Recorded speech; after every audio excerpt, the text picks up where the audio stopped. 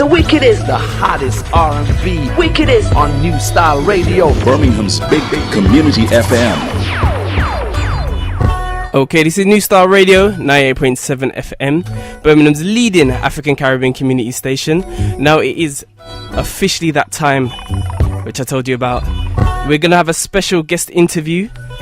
Now, you know what? I'm not going to introduce them. I'm going to let them introduce themselves. Now, Estelle, you there? I'm here. How are you doing? I'm great. How are you feeling? How does it feel to be back in the UK, back home? It feels fantastic, man. Super fun, super good. I can imagine. What was the first thing you did when you come off that plane? I didn't get off the plane. I come off a tour bus. We've been on tour. Okay. For the past 4 months. Yeah. So, for the past month. I said 4 months. So it's been a very long and arduous journey. We came from Vienna yesterday. Wow. Because I'm just looking at your tour itinerary now. I'm seeing Holland, France, Germany, Switzerland, Belgium. Wow. Yeah, we went to Slovenia. We went crazy. It was amazing. Wow. But I must say one thing which I'm quite upset by as well. I know today's Monday the 14th, and as we are a community radio station in Birmingham, I was hoping to see you in Birmingham. I know. What happened? What happened to that? We had to come here to do gigs because I have to actually fly back a little bit earlier than I expected. So they were like, get these 2 London gigs done and get out. So we're trying to knock them out, but we will be back to Birmingham with a bigger and a more amazing show. Yeah. I can't. Don't worry about that. You have to, because London gets too spoiled. There's hazes outside London right? as well. I was like, drive down. They're like, we're not driving so damn. That was a whole moment. So I'm sorry, but I will be back. Okay. Now before we do this interview, I'm sure everybody listening to the station at the moment has heard of you before, but we want to know a brief like a little perspective on Estelle yourself growing up. As most people know, I'm going to spit a bit of lyric. Like 1980 was the year that God made you. Yeah. Obviously. And as we are African Caribbean community station as well, I understand you're the best of both worlds, aren't you? Yeah, kind of. A little bit African, a little bit West Indian. Half and half. One of 9 kids. Wow. Oldest girl, 6 girls, 3 boys. Wow. There's a lot of us. But man, we had a great childhood. It was fun. My mum was definitely she placed importance on things that were important. Which was like a roof over your head and shoes on your feet, and are you clean today? Versus I have to have the latest trainers. So that gives you a bearing on the kind of upbringing we had. And then grew up in church as well. Yeah. My mum definitely made us go all the time. Stepdad definitely made us have church at home when we weren't at church. Yeah. So there's a lot of church. Until I grew up and decided I wasn't going anymore. I had my rebellious phase, but always did music. Always loved it. Always did music. I can imagine. Now, with that cultural influence, as you said, church as well as being of African and Caribbean descent, do you infuse that within your music as well?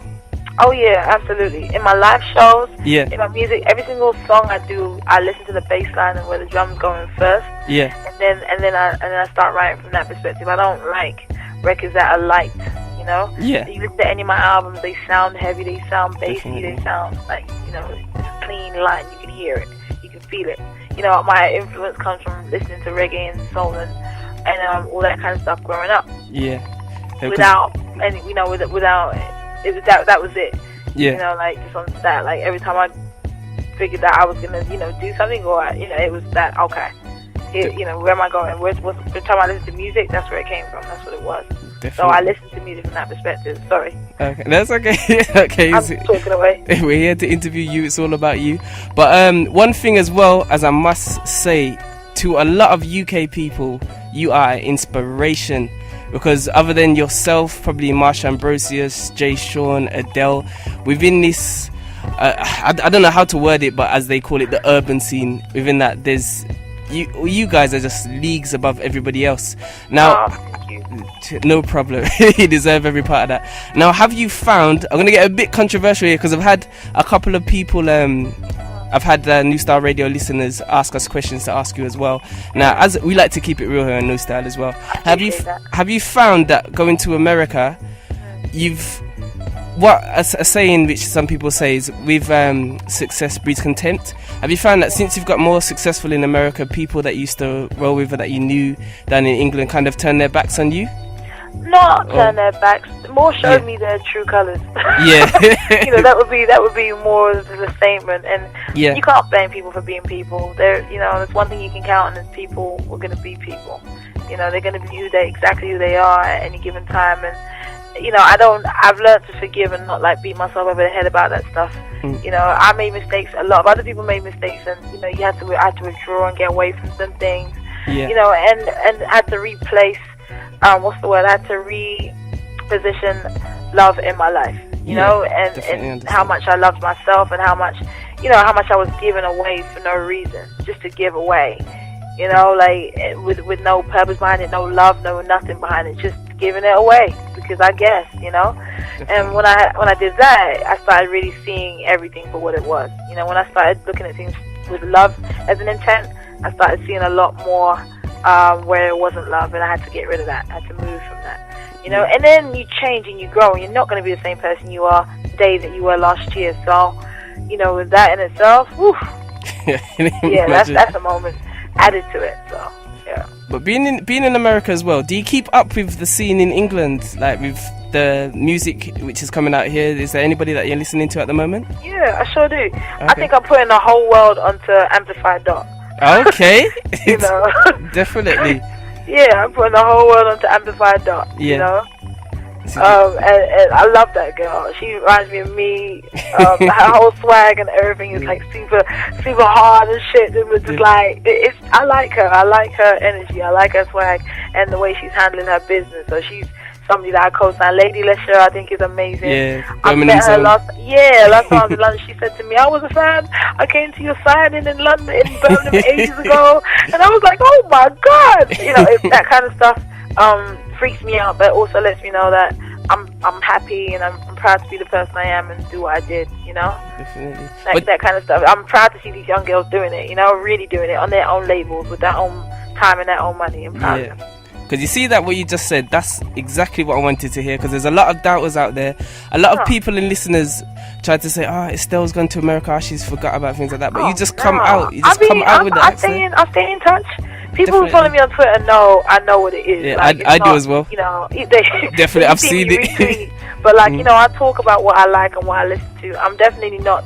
I don't beg it. I'm not that girl. Yeah. I like what I like, and I like who I like, and it's based more on like their entire package than just a hot minute at the moment. Yeah. Because everyone's hot for the moment.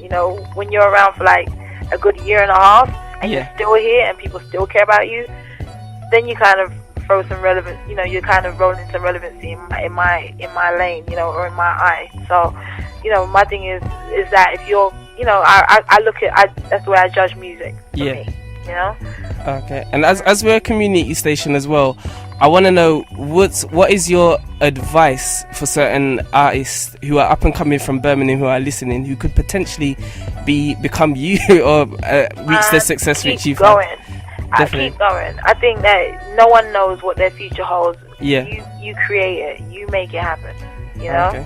Go with it. It'll be fine.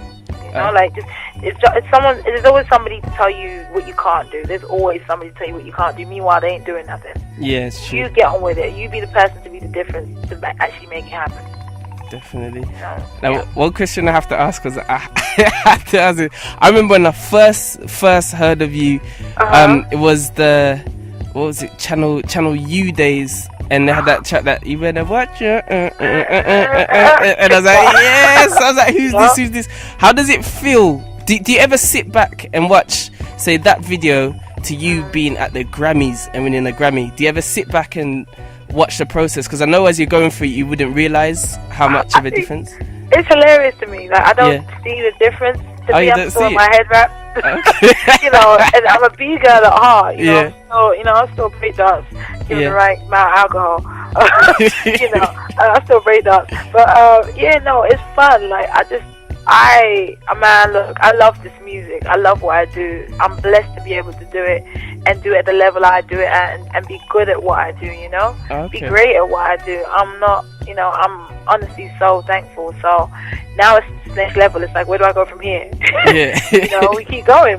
I need like 10 or 12 more Grammys. Let's keep going. Wow.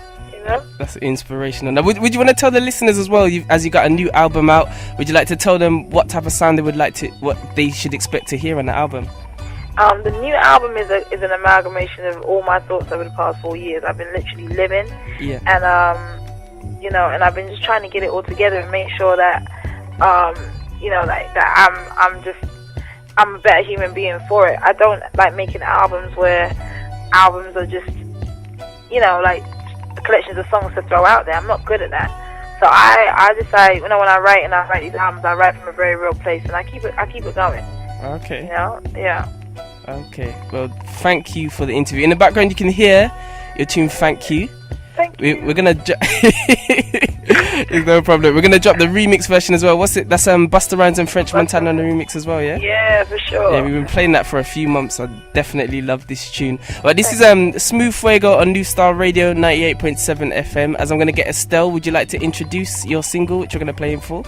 Absolutely. This is my song. It's the remix of "Thank You," the song you've been hearing under me talking, and this is featuring French Montana and Busta Rhymes. Let's go.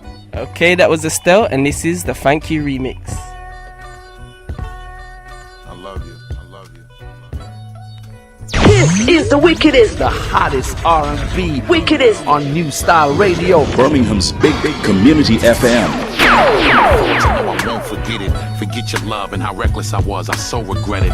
Walking around acting like everything is copacetic. Justifying the foul shit till it's so pathetic. Should have respected it more when I was supposed to rep it. My ego got in the way when I wasn't supposed to let it. I said it. I know I acted stupid. Never admitted guilt. My pride wouldn't let me do it.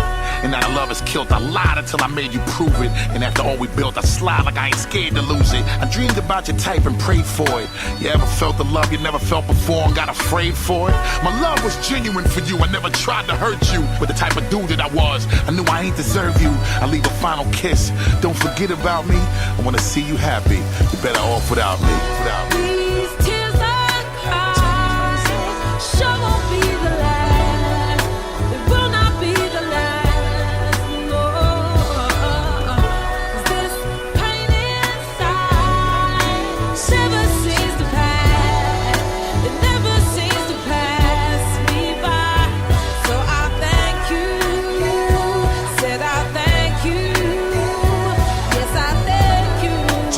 Shall be condemned, baby.